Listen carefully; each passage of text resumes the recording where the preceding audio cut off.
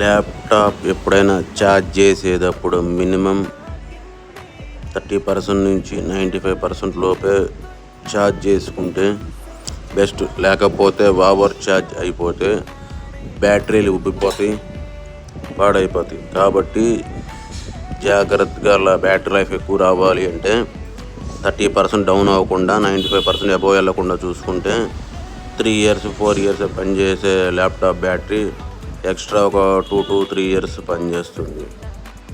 ఎవరైనా సరే continuation charging పెట్టి ఎప్పుడు ల్యాప్టాప్ వదిలేయమాకండి. Thank you for watching this video.